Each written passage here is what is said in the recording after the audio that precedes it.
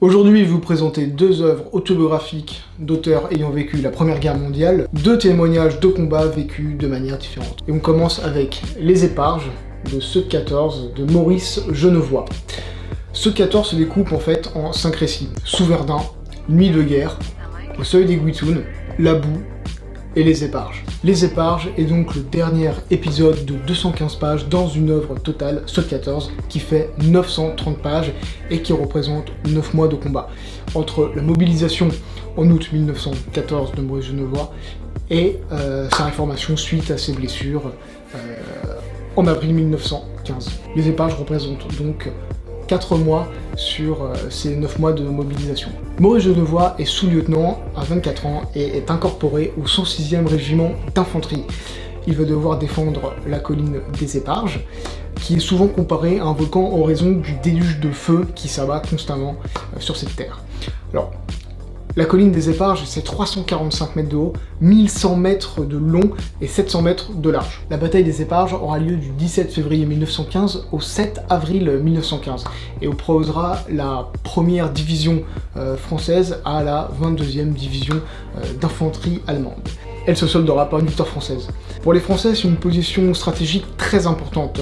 Ça permettrait d'acheminer de l'artillerie et de pouvoir pilonner les forces allemandes en mouvement sur la Woevre. Pour les Allemands, c'est l'opportunité de contourner les positions françaises et de tenter une percée directement vers Paris. Quelques jours après la victoire française dans la bataille des Éparges, Maurice Genevoix sera blessé.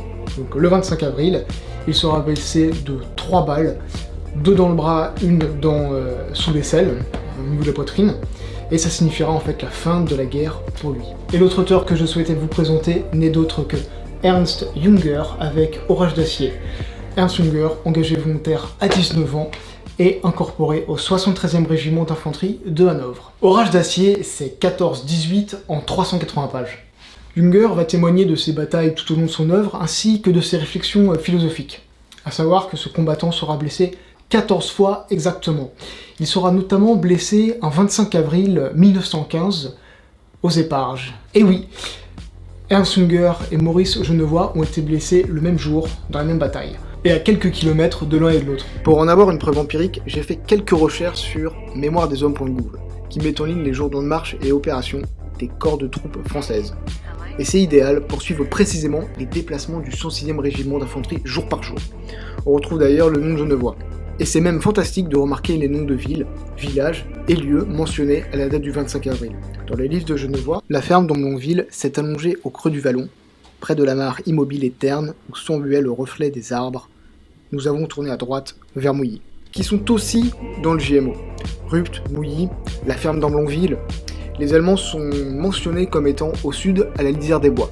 Et c'est totalement stupéfiant de constater la proximité de ces auteurs ce jour-là. Genevoix évoque Athonchâtel, là où avait été stocké un peloton. Depuis des mois, nous n'avions plus dépassé, sur la route, ce village de Guitounes où gitait notre peloton d'Athonchâtel. Et Ernst Junger évoque être arrivé la veille de son chapitre sur les Éparges à Athonchâtel, après une marche de 30 km. Le soir du 22 avril, nous quittâmes Prégny et fîmes une marche de plus de 30 km jusqu'au village d'Athonchâtel, sans avoir un seul éclopé. Malgré le poids du barda, nous campâmes à droite de la fameuse grande tranchée, en plein cœur de la forêt. Junger évoque d'ailleurs la fierté de son régiment à porter un brassard bleu avec marqué Gibraltar.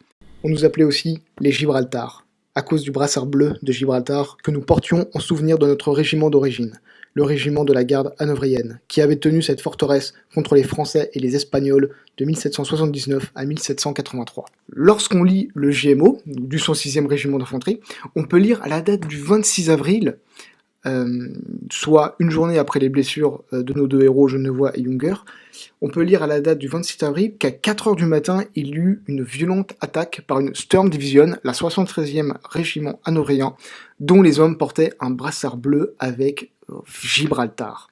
C'est tout simplement fascinant. La veille du combat, on peut imaginer que Genevoix était à 5 km de l'éperon des Éparges, la zone d'attaque quand il était à Mouilly, et Junger était à environ 11 km de là, à Athonchâtel. Voici la ligne de front sur laquelle le 106e régiment d'infanterie est venu boucher la brèche réalisée par le 73e régiment de Hanovre. Mais quelle est la différence entre ces deux auteurs? Comment ont-ils vécu ce combat? Dans Les Éparges, Maurice Genevoix nous représente la guerre dans toute son absurdité et ses meurtres. Au début, il met en avant ses compagnons qui vont mourir au fur et à mesure de l'œuvre. Il souligne la méchanceté du monde, l'horreur des tranchées, les bombardements terrifiants, incessants qui mutilent les hommes au hasard. Pour autant, Genevois n'est pas désemparé, et il se conduit comme un véritable chef pour ses hommes. Il reste déterminé et ne faiblit jamais. C'est un homme très courageux, mais il adopte un style humble. Il ne bascule pas dans le style épique et héroïque. Maurice Genevois, ça donnerait ça en image. Tombez encore, aussi longtemps que vous voudrez, les gros obus, les torpilles et les bombes. Écraser, tonner, soulever la terre en gerbes monstrueuses. Plus haute encore, plus haute. Comme c'est grotesque. Mon Dieu, tout ça. Je regarde bien, au passage, la crispation de vos visages, l'angoisse presque folle de vos yeux, cette détresse de la mort qui vacillante au fond de vos prunelles, comme une flamme sous une eau sombre. Quel sens? Tout cela n'a pas de sens. Le monde, sur la crête des éparges, le monde entier danse au fond du temps une espèce de farce démente, tournoie autour de moi dans un trémoussement hideux, incompréhensible et grotesque. Alors, vous avez remarqué, les images ne sont pas de 1915, elles sont de 1916 et elles ont été recolorisées. Junger, dans Orage d'acier, adopte ce style héroïque et épique. En vérité, sanguinaire et comme touché d'une ivresse. Sa perception des événements est différente. Il voit dans la guerre un apprentissage, une initiation. C'est la gloire du combat. On est galvanisé par les balles qui chantent, il y a de l'effervescence, de l'adrénaline, du rythme. L'horreur y est décrite de manière presque clinique. L'émotion ne sert que le discours plein de vaillance, plein d'ardeur, plein d'audace, pour la gloire de la nation allemande. Ernst Junger, en vidéo, ça donnerait plutôt ça. Dans l'un de ces moments d'enthousiasme qui précèdent les grandes actions, tous sautèrent sur les fusils et attaquèrent la tranchée devant nous. La mort fauchait à droite et à gauche. Les cris de guerre qui s'étendaient de loin, le feu dense des armes à main. Les chocs sourds des grenades éperonnaient les agresseurs et pétrifiaient leurs adversaires. Feuer frei! Lagen Sie fest!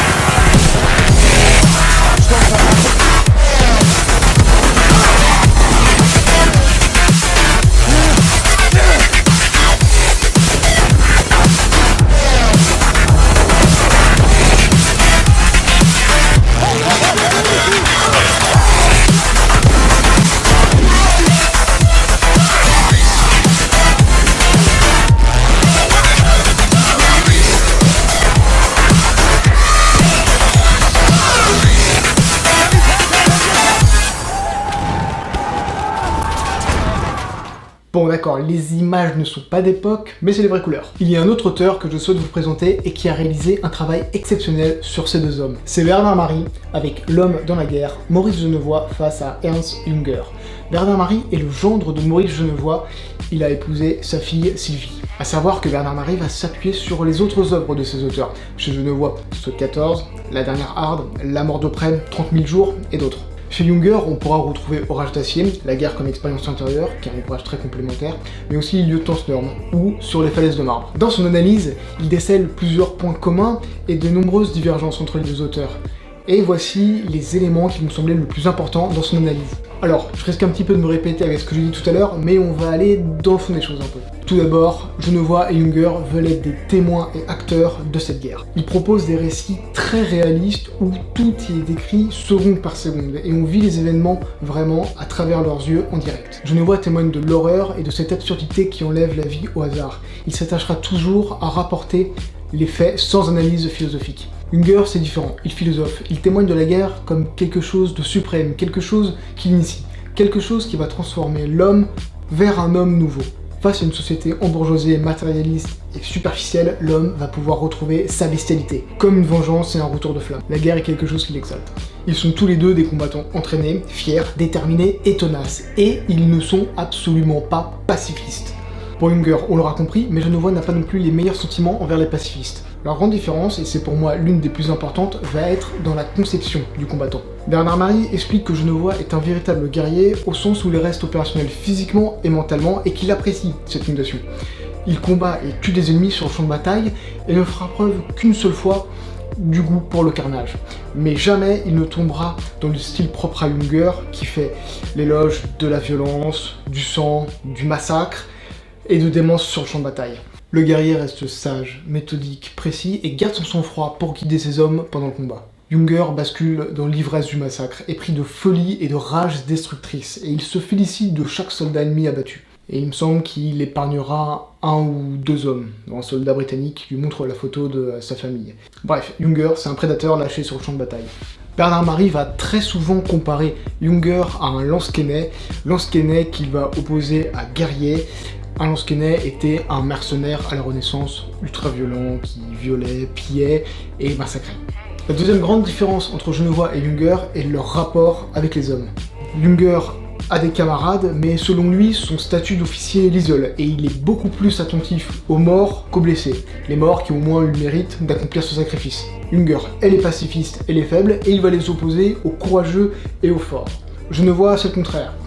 Il a de l'autorité et a confiance en ses hommes. Pour lui, les hommes sont extrêmement précieux et il s'entend avec tous ses frères d'armes. Chaque perte est ressentie, et il dessine un véritable portrait à chaque soldat, dans les détails de sa figure et de son comportement. Chaque blessé est porté au lecteur avec attention et tendresse, et chaque mort est vécue tragiquement. Et il dessine des mots pour que leurs souvenirs perdurent dans l'éternité et ne sombrent pas dans l'oubli.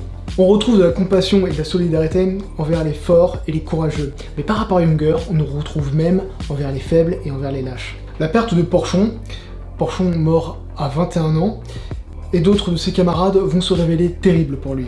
Et à partir de là, il commencera à mépriser la guerre. Et autre point commun très important entre Genevois et Younger, ils sont immortels. Younger est blessé 14 fois, Genevois échappe à la mort 3 fois. Lors de sa dernière sortie, il va être blessé de 3 balles. 3 balles, dont certaines à quelques centimètres du cœur. Tous les deux n'ont plus peur de la mort, ils ont totalement accepté cette idée. Et comme le souligne Bernard Marie, Genevois méprise la guerre, mais il ne méprisera jamais la mort. Parce que mépriser la mort, c'est porter atteinte à ceux qui sont disparus.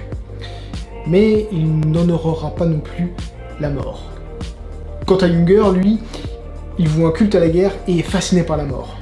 Genevois, lui, il est fasciné par la vie.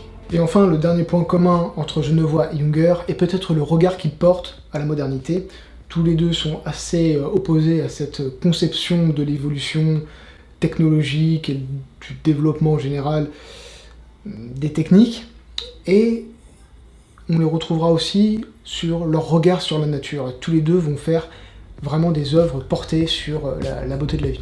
Pour en savoir plus, je vous invite à lire l'excellent L'homme dans la guerre de Bernard Marie, mais aussi, et bien sûr, Orage d'acier de Younger et Ceux de 14 de Genevois. Mon avis sur ces deux ouvrages, ils sont tout simplement magnifiques. J'avais commencé par Orage d'acier et j'avais été fasciné par le discours épique, galvanisé par tous ces moments de combat héroïques. Et ensuite, j'ai pu lire Genevois. Alors, dans Genevois, on retrouve pas un petit peu cette littérature épique et offensive, qu'on retrouvera peut-être plus dans les ouvrages de Psychari ou de Peggy. Et c'est ce que je recherchais de la littérature française sur la première, qui envoie. Ceci étant, Genevois apporte quand même beaucoup de recul sur ce qu'est la guerre, en fait beaucoup de rationalité. Et pour le centenaire de la guerre 14-18, Maurice Genevois va faire son entrée au Panthéon, je me devais donc de le lire. Voilà, j'espère que ça vous aura plu, lisez des livres et à bientôt.